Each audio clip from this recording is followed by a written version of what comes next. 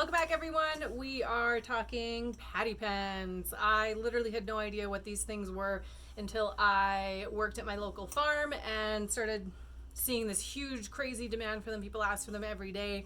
And I was like, I don't even know what these are. Do they taste good? How do you cook them? And then I bought some because obviously I had to know what the craze was all about. And they are delicious. Patty pans are a summer squash and they look like little UFOs.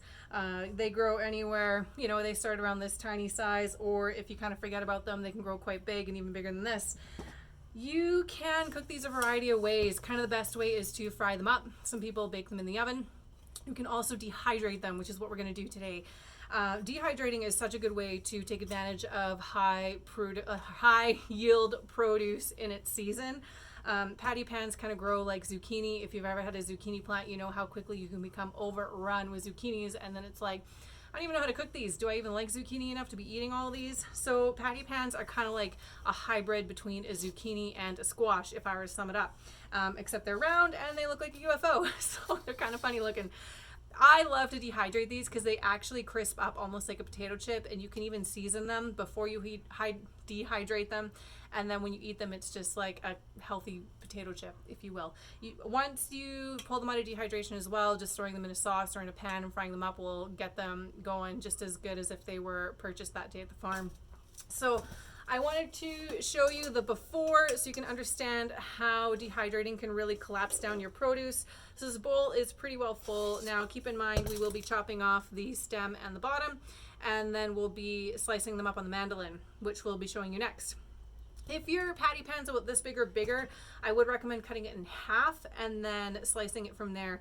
With dehydration, you really want to make sure your pieces of food are same width, same length, same height, all of that kind of stuff, so that it dehydrates evenly and you can just be assured that everything across the board is dry. Something this big, you may even want to cut in thirds or quarters. Half is probably okay, just depending on how thick it is. We'll be doing these about 1/8 of an inch thick and then dehydrating them from there. For the dehydration in general, I typically do, I don't know, maybe 131 degrees. My heat dehydrator kind of like skips really funny in the temperature setting, so it goes from like 127 to 131. So 131 is kind of where I hit it. I would start at about 9 to 10 hours. You may need more, you may need less, but around that is good. And then we'll get them on the trays, we'll get them dehydrated, and then we'll kind of show you how much these condense down once finished. Okay, so we're in the kitchen with the patty pans. Here they are, all chopped up after the mandolin. You can see they're about, I don't know, what is that, 1/8 of an inch thick. And I wouldn't worry so much about sizing, so this versus this or what have you. You can see there are some really big ones, there are some really small ones. Dehydrating is more about thickness than it is size, okay? So because we use the mandolin, they're all exactly the same thickness. That's really what is going to take the time versus, size is how thick it is. Because they get laid on the tray in such a way that the thickness is distributed evenly. Now I have, done some little bit overlapping. You can see here and what have you.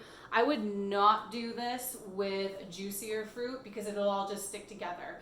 But these tend to snap apart and pull apart quite easily. And because these are so big, I really do want to get as much on here as possible. Hopefully you can see that without sliding all off. And so I have 6 trays for my dehydrator. We will fill each tray full, and then again that'll take probably about 10 hours, 10-12 hours is what I'm going to set it at, and then we'll show you what it looks like when it's all done and how it condenses from this to a fully dehydrated patty pan. Honestly, it's going to be about 1/3 of the size, maybe less. This bowl is full. I don't think this is all going to fit in one dehydration go. We'll probably have to do a second round. I actually do have some patty pans left over from my first dehydration round, so we will either add that to this bowl and do the whole 3rd round technically, because this is my second dehydration. I'm essentially trying to fill a Mylar bag full of patty pans. So once I get my 1 bag full, that's when we'll call it a season on the patty pans. So here we are, full bowl, you can see it's always fun to see what it looks like before and then how it condenses down. And then again with the trays themselves, you do want them to be nicely spaced apart. I am overlapping slightly, which may go against some people's methods or what have you, but for patty pans, I think overlapping is okay. I wouldn't do this for apples or cherries or anything like that, but because it's more of a sort of sturdy vegetable, I think a little overlap is going to be okay. All right, we'll show you what it looks like in the dehydrator, and then we'll jump to the end and show you what it looks like all done. All right.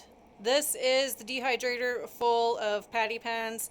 That bowl that we showed you previously actually fit in here perfectly to the letter.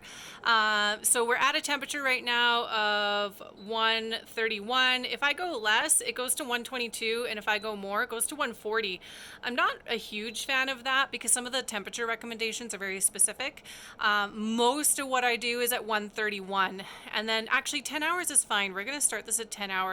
The last ones I did, I put in for 14. I actually stopped them at about had an hour and 30 minutes left. So I'm gonna start with 10 hours. We'll go from there. But as you can see, they are a little stacked, a little layered over. Honestly, this one's maybe a little extreme. I think got pushed when I put that one in there, so we'll just spread that out a bit. But if they're, you know, stacked like that, I think that's okay. I wouldn't double stack them or anything because again, that's going to change your thickness. You really just want the air to be able to circulate over all of them. So that's all of them in there. We will check back when they're done and I'll show you how it's condensed and how it looks. So it's what is it now? It's about 1 o'clock or so. So 10 hours is going to take us all the way to bedtime, essentially. I will check it before I go to bed. If it needs more time, we'll crank it up. If it's good, then I will pull it out then. We have 2.5 hours left of the dehydration. I originally set it for 10 hours. I think 10 hours is going to be perfect. The first batch I did, I set around 14 hours, but I let it go all night. And then in the morning, it had about an hour and a half left, and they were beyond done. Not that you can really be beyond done. Dehydration is really just taking all the moisture out. So once the moisture's gone, there's really not much more for it to do. It's not like it's gonna burn. So this is what it looks like after 7.5 hours. You can see that the trays themselves are really well shrunken. I say remember what they looked like, but that would have been the last slide for you guys. For me, that was 7.5 hours ago. They definitely shrink a lot. Everything shrinks a lot in size when you dehydrate. And that's again why you can see it's not so concerning to stack them like I did, because look how they've now separated out, right? Like these two here, you can see are kind of still stuck together, but dehydration for items that don't have as much moisture, these aren't really full of moisture to begin with. They're not like berries. They're not going to stick together. They will just kind of separate, right? I'm okay to touch these with my hands right now, but once they're fully dry, you really don't want to be handling your dehydrated food unless you're eating it or about to cook it. That's because the oil will transfer off your fingers onto the food itself, which will hydrate it and essentially put bacteria on it, and then you risk it going bad, which is not what you want to do. So yeah, this is almost done dehydrating. To be honest, we're probably going to be in bed when this thing finishes, which is fine. We actually put it in my husband's shop so we don't heat the house up. So we'll just leave that to finish. It'll sit here all night, just shut off. The machine shuts off automatically when it's done. And then in the morning before work, I'll come out and just wrap it all up. Or if we're still up in, 2 hours, 2.5 hours, which is very likely, then I'll finish this up tonight. Okay. Check back with you when it's done. Okay, we are done dehydrating the patty pans. This is what it looks like. This is the same bowl we filled up at the beginning, and you can see how much it's condensed. It's like I said, it lost about 2/3 of its hydration, and it's gone down. See, this is what happens when you layer them. Remember I was saying they can stick together, but patty pans really do just break apart, which is why I don't think it's the worst to stack them just a little bit. You don't want to do that with something super juicy and hydrated, because it will just create a clump, and then actually we'll have a really hard time dehydrating from that clump. But because the patty pans are not very moist, I know people hate that word, They do dehydrate really, really well and almost turn into like a potato chip type consistency, which is why you could actually pre-season these before you put them on your tray. And then when you package them up, just label them whatever seasoning you did. You can honestly eat these like a bag of chips. They're that good. My favorite way to cook these fresh is just sauteed in some butter with salt and pepper and some onions. Everything tastes good in butter. You can also do coconut oil. I've done coconut oil. You can bake them. Dehydrated, honestly, you could eat them just like a chip. Did you hear that crunch? Kind of weird to hear someone else eat. I know I don't like it either, but honestly, they're fantastic. They taste like a squash, a little bit of that squash taste, but not a lot. The squash taste does condense when you dehydrate them, so just be prepared for that. But really, that's the sound you want when you've dehydrated something like this. That like chip sound. And again, same bowl we used in the beginning. Obviously, it was full. It's also helpful to know as a side tip, like when you choose a bowl for dehydrating, watch how full it gets and how full it needs to be for your trays to be full. My trays are no longer here. I'm pointing at them like they are. But it's just really helpful to know, because if you're chopping something or making something, you should really know how full your bowl needs to be for your dehydrating trays to be full. You don't want to over prep something. You don't want to under prep something.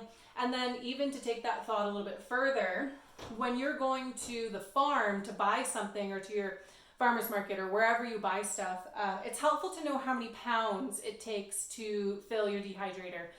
For instance, I know my dehydrator can take like 8 to 10 very big apples, and then it's full. So when I'm purchasing apples from the farm, I'll actually take stock of what I'm purchasing and go, okay, that's 2 hydrators worth, that's 3 hydrators worth. I can't do more than that. I have to work tomorrow or after the weekend or whatever, right? So kind of know your quantity and your limits, and then when you're purchasing, you kind of know how much to purchase, and when you're preparing it, you know how much to prepare. The patty pans we did, I actually got as a $5 bag from my local farmer. It is high season for patty pans right now, and they're just overrun. And when that happens, they will do bulk bags for $5. So those are the types of purchases I make when it comes to dehydrating and preserving. I don't overbuy, super high priced items when it comes to preservation, because then you're just spending $1 million on your pantry, right? So this was a $5 bag. The $5 bag filled this full. $5 bag now condensed down to this. And then we will put this in a Mylar bag with an oxygen absorber, and it's good for, what do they say, 5 to 6 years for dehydrated products. You can salt these and flavor them after the fact and pull them out, eat them like chips. What we will probably do with stuff like this is actually saute them and rehydrate them. To rehydrate them, you really could just bring a tiny bit of water to boil in the bottom of your saucepan or a skillet or what have you, and then rehydrate them, and then you could fry them. You could dump them in a different pan, hot butter, hot oil, and fry them again. They really should be very, very similar to a fresh patty pan. They shouldn't be too far off.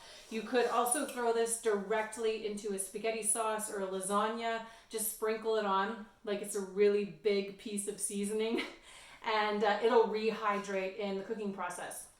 So that's kind of the idea behind dehydration, is you are purchasing bulk when stuff is ready to go and cheap, and then you are using it in the off season, or if food prices rise, you are pulling from your pantry to benefit from the cost saving of doing things in season.